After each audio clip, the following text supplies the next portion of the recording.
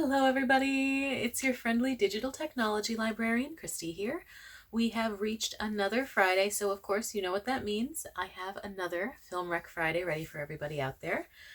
This week's theme, I felt like going a little bit lighter than some other weeks, and I decided to focus in on romantic comedies. Um, I tried to pick a variety of tones though. So we'll get some sort of classic rom-com feels in here, but then we also have like a couple Hallmark style romantic comedies, and then we have uh, one really fantastic indie rom-com in there that I absolutely adored. Um, so I just wanted to kind of explore the genre and show that not everything is going to be, like that classic Meg Ryan style, but that it could really run the gamut. And hopefully, one of these will strike your interest as well. As always, all of these recommendations are available entirely for free with the use of your Milan-Berlin library card, and they're available via our 3 video services, which are CleveNet's Overdrive, Hoopla Digital, and Canopy. So without any further ado, let's go ahead and jump into those rom-com recs. Okay, so my first recommendation is for a film called Shanghai Calling, and that's going to be available through our CleveNet Overdrive service. Now, Shanghai Calling is an interesting romantic comedy in that it has very typical elements running all the way through it, but it also blends those with some really atypical themes, things that you absolutely don't see in movies like Sleepless in Seattle or You've Got Mail or pretty much any other Meg Ryan title that I can possibly think of in the back of my head, which are all fantastic films. Don't get me wrong, I'm a huge Meg Ryan rom-com fan, grew up with those movies. But I do really like that element of Shanghai Calling in that it blends things that are unexpected. So what do I mean by that? Of course, your typical elements, you've got Sam, your main character, being a total fish out of water. He is in a setting that he is 100% not prepared to be in, where he, of course, meets a girl. It's a rom-com, so there's no spoiler in that. It's a boy meets girl, meets lots and lots of obstacles, eventually falls in love. That's your through line for pretty much all typical romantic comedies. Now, what are some of the atypical elements? Well, the setting, if you couldn't guess from the title, is Shanghai. And it is as much a character as any of the human beings in the film. It is such a big presence in the movie. And Shanghai as a city is really fascinating to begin with. And they really do dive into, that part of the storyline. You also have a lot of themes tying to cultural shock, heritage, pride within those things. And it's always fascinating to me to watch those feelings be translated on screen, simply because it's not something that for years and years and years we got to see. Certainly not in your mainstream romantic comedies that were not necessarily targeted towards an Asian audience. So yeah, I really, really enjoyed those things about this movie. You've got an excellent cast.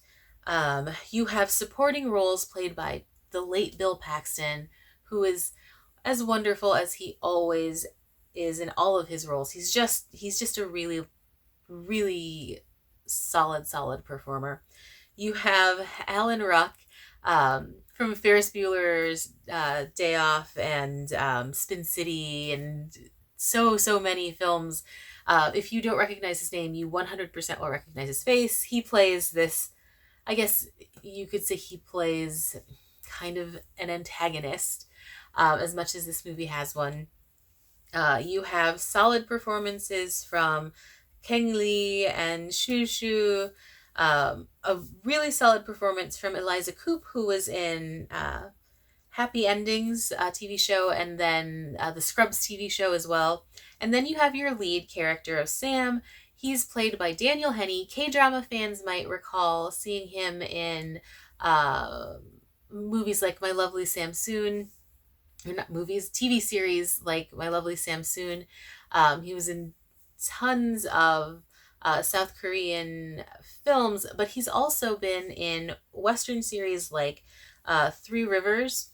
He was a main character, and then he also had a small role in X-Men Origins Wolverine. So the cast is really quite likable and enjoyable in this, and they really give a lot of lift to the story.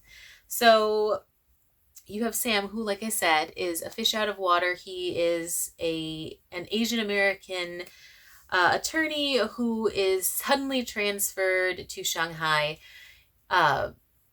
in part because they believe he'll do a good job there, but also because he is supposedly of Chinese descent. In real life, Daniel Henney is of Korean descent, but that's neither here nor there. Anyway, Sam gets transferred. He doesn't speak Chinese at all. He doesn't speak Mandarin or Cantonese. Not familiar with the city, doesn't really connect too much to his ethnic background, and is completely at a loss once he gets there. He meets a relocation specialist that is played by Eliza Coupe, and she sort of starts to help him navigate this new world that he seems to find himself in. He meets tons of people, including many of the ones that I mentioned, who try and introduce him to the positives of being in Shanghai, the positives of being an expat, and it's interesting to watch him grow as he's learning different things, both about himself, about his background, and about the new setting that he finds himself. If you're looking for a rom-com plus a little bit extra, I would definitely recommend Shanghai Calling. If you love beautiful settings, if you love stories that sort of dive into character development in addition to things like romantic comedy and elements like that, this is definitely a good one. It's funny, but it definitely has some more powerful moments. It's certainly predictable, as a lot of romantic comedies are, but it doesn't really detract from anything. It's still thoroughly enjoyable. So if you like your film visually appealing, because like I said, the settings are gorgeous. If you like a little bit extra to go along with your romantic comedy, definitely check out Shanghai Calling. It's a lot of fun and you won't regret it. So moving right along to my recommendations from Hoopla Digital, let's get those started off with the film Sweet Home Alabama, starring the always phenomenal Reese Witherspoon. Now, this is probably the most rom-com-ish of rom-com recs that you'll get from me today. I say that because it is very typical of a Reese Witherspoon rom-com, and sometimes you just really, really want that. And I think that Sweet Home Alabama is a really fun movie in general, even if you're not looking for a romantic comedy. Sweet Home Alabama sort of centers the story around this up-and-coming New York fashion designer named Melanie. She's bright, she's spunky, she's driven. She just happens to be engaged to the city's most eligible bachelor, who's the son of this giant politico, played by Candice Bergen, who is always just amazing on screen. I absolutely adore her. I was a huge fan of Murphy Brown, and I love Candice Bergen. She's just awesome. Anyway, she plays this fiance's mother. The fiance himself is played by Patrick Dempsey. The problem is, Melanie, who's living this essentially perfect life, or at least what seems like a perfect life, has all of these secrets going on from her background. No one in her current life knows that she's actually still married. She was married at when she was just a child almost. Now not a child, but when she was super duper young, to a guy named Jake, who was played by Josh Lucas, and he just absolutely refuses to divorce her. And so she's trying to figure out how to make this divorce happen before anybody finds out and before her entire new life gets wrecked. So of course she heads down to her hometown, which is in, you guessed it, Alabama. And we discover that rather than being this sort of upper class member of society, she was actually like very, very blue collar. She didn't have a ton growing up. She had a warm but weird family, warm but weird friends. And as we watch them all interact, we see just how sort of beautiful this other life she had and was running away from is. It's one of those movies that you can 100% predict what's going to happen from beginning to end, but it just does not matter. Again, I think that's really the beauty of a well done rom-com, that you just don't care that you know what's going to happen. You don't care that you know that A is going to end up with B. It's not really the important part of the storyline. It really is everything else that happens in between. And this one's it just gives you warm fuzzies. I love the exploration of the friendships that the film covers, and how it really touches on what happens when you don't nurture a friendship. Like, people are hurt that she left and just never spoke to them again. They're hurt that she totally cut out this entire part of her life just so that she could reinvent herself.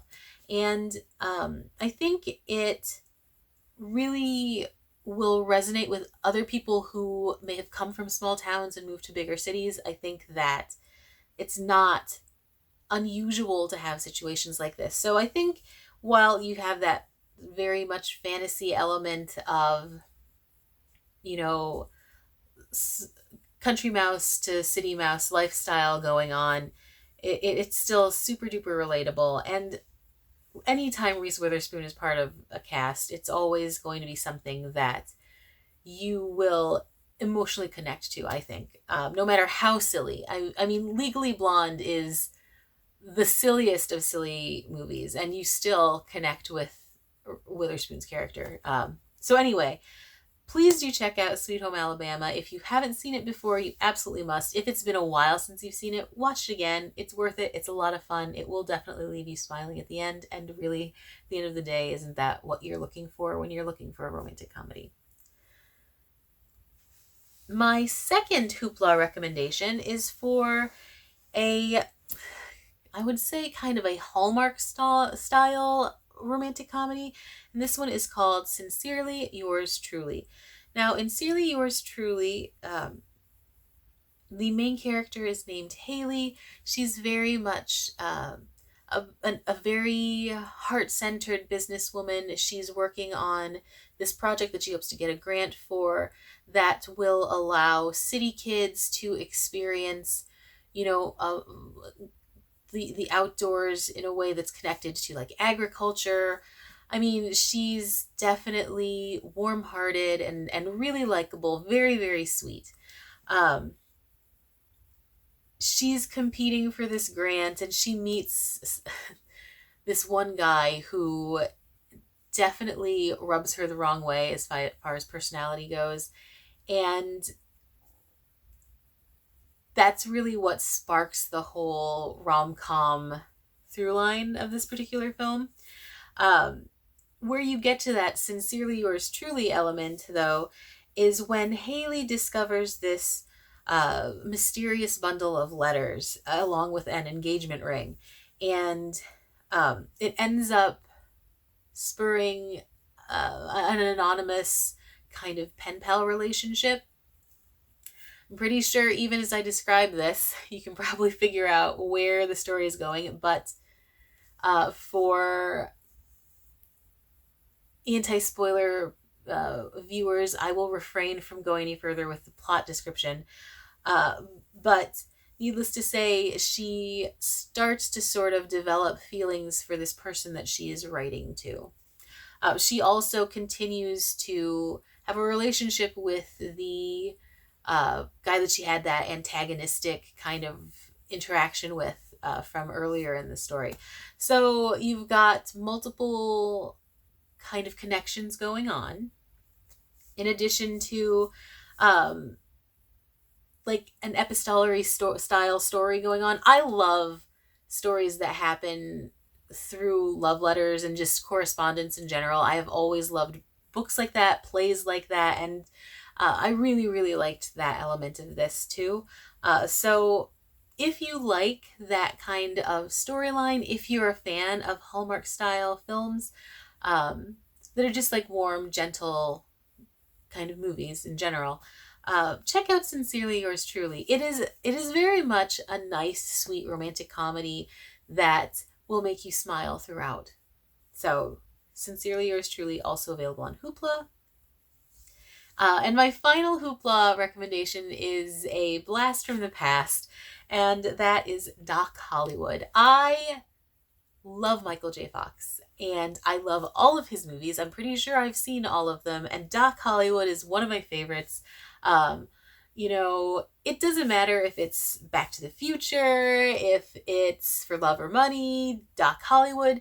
Every movie that Fox is in, he's just so charming and so much fun, and you like him no matter what kind of character he's playing. In Doc Hollywood, he's definitely not like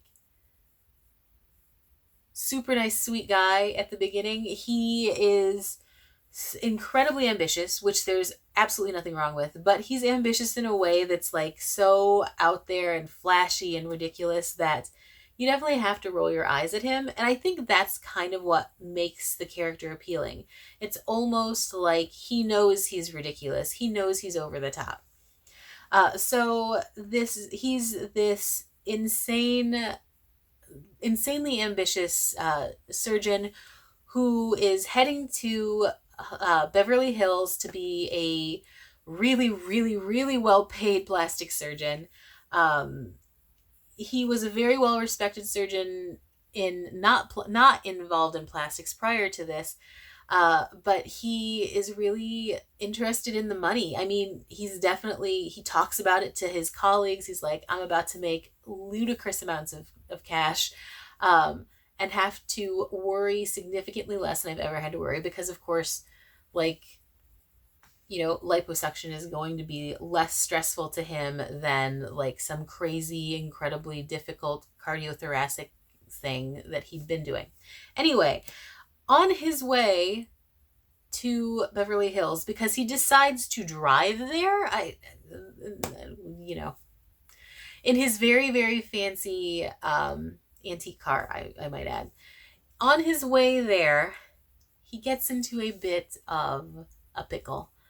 And ends up pretty much stranded in the middle of nowhere in the world's tiniest, most secluded, backwoods, ridiculous, and incredibly sweet little town. He is essentially forced to work as the town doctor for a period of time as community service. And during that period of time, of course, we meet amazing, amazing characters. I mean, seriously, the characters in this are so ludicrous and wonderful and just lovable. You find he gets into ridiculous situations, like one of the passages that I find, the situations that I find most charming is he ends up rescuing this pig of all things, and he grows attached to this pig, and every time he tries to get rid of it, he gets freaked out and worried that it's going to be slaughtered and butchered, and so he ends up with a pet pig, and not like one of the cute little potbelly ones, but like a full-on sow. So you have situations like that going on.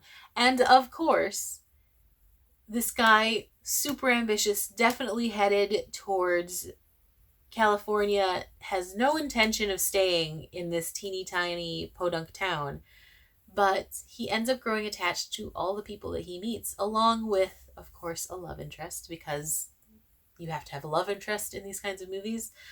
Um, and it's just a wonderfully charming, fun movie.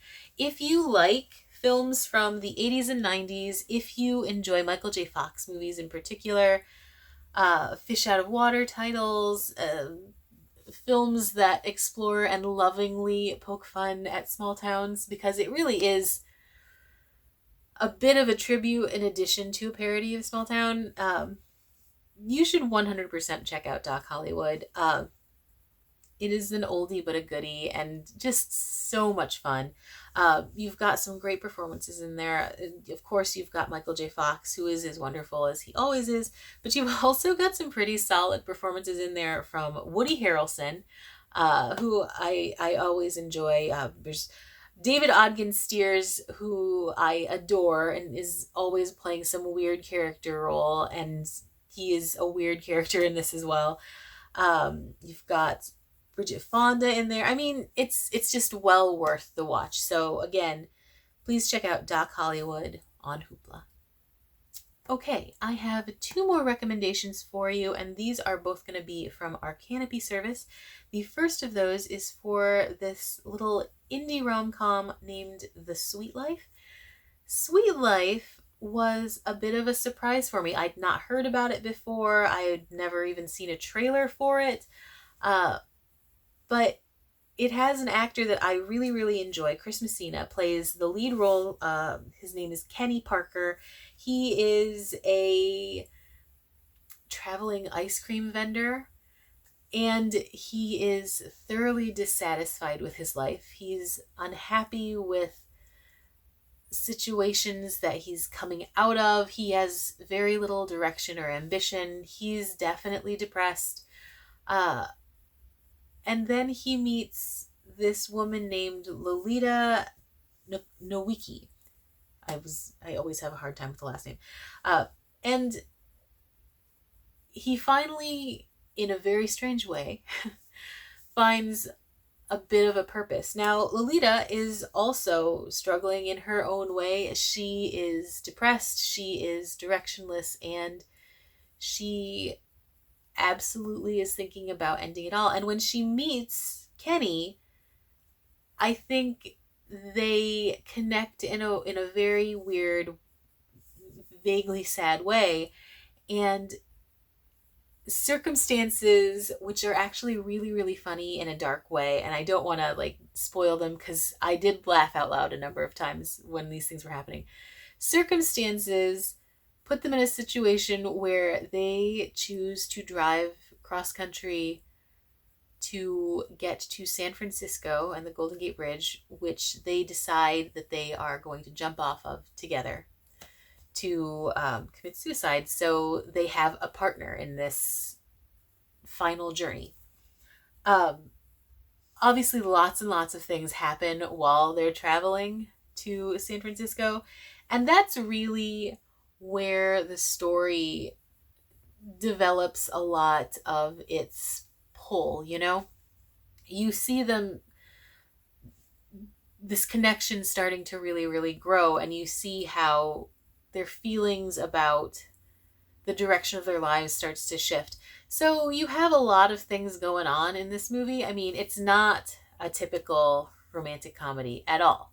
But it definitely has some of those elements in it. But I really, really enjoy how they sort of take this really dark theme, because obviously depression is a pretty heavy theme for a rom-com to cover. You take this heavy theme and you imbue it with sort of silliness at the same time. While I was watching it, I definitely found myself kind of taken aback by how much I laughed. because I just was not expecting to. When I read the description, I was like, we'll see if this one really works for this week's recommendations. But I absolutely think it does.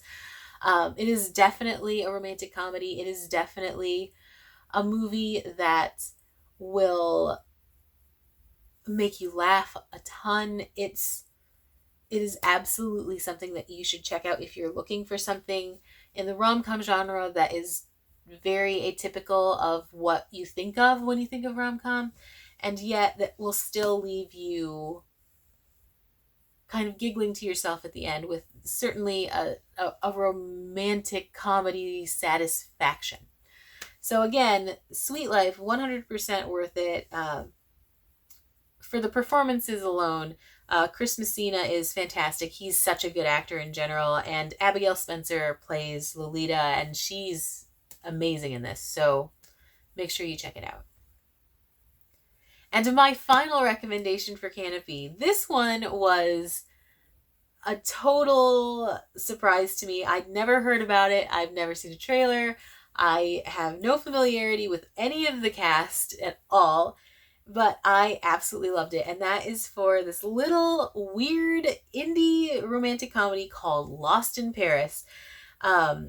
It's this French-Canadian film, I believe, and apparently the two stars have worked together multiple times. I again am not at all familiar with this cast. But anyway, you've got this small town Canadian librarian. She's played in what I would say is a stereotypical librarian way, quiet, a little bit mousy. She ends up having to travel to Paris to rescue someone. And while she's absolutely lost in Paris, she ends up meeting this kind of weird, strangely appealing homeless guy. It's like I said, the strangest of movies, but it works so well. He's living a vagabond lifestyle. Let me describe it that way. It's not necessarily that he's homeless, it's just he does not have a home, like a home base, I guess. Anyway, he's really, really strange, and she is also really, really odd in her own way. It's just, they don't seem like they would match up well. But regardless of that, these characters absolutely do. And they have these wonderfully weird little adventures together. And it's just so, so stinking cute. I mean, I have not enjoyed myself so much while just like watching a random film in ages and ages. It really was so much fun. What pulls her to travel to Paris is this essentially like an SOS letter from her 88-year-old aunt who was living in Paris and is super duper independent, but they want to put her in a home, and she absolutely has no interest in that, but she's being forced to, so she's begging her niece to come rescue her, or to, at the very least, make sure that she's okay. And so there's this, ultimately selfless act that the main character has to succeed at amidst all of these weird, quirky interactions with this vagabond that she just randomly meets.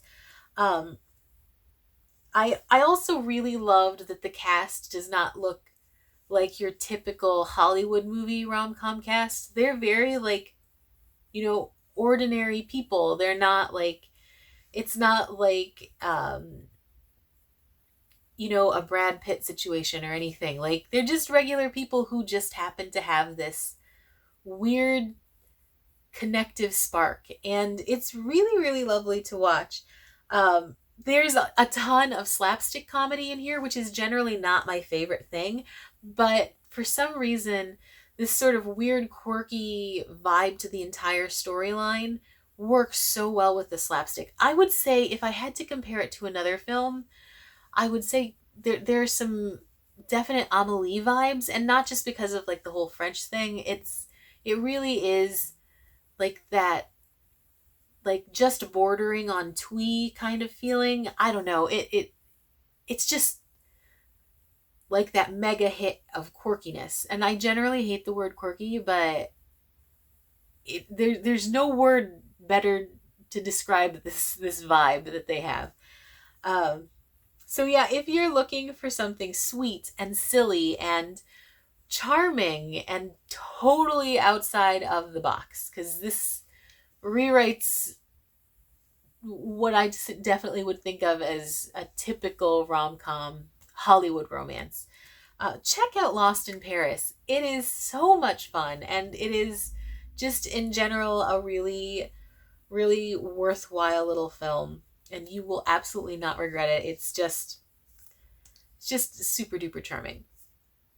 So with that, um, all of this week's recommendations are totally out of the way. If you have any rom-com recs, please, please, please comment and put them below. Obviously, I'm always looking forward to seeing what other people are watching.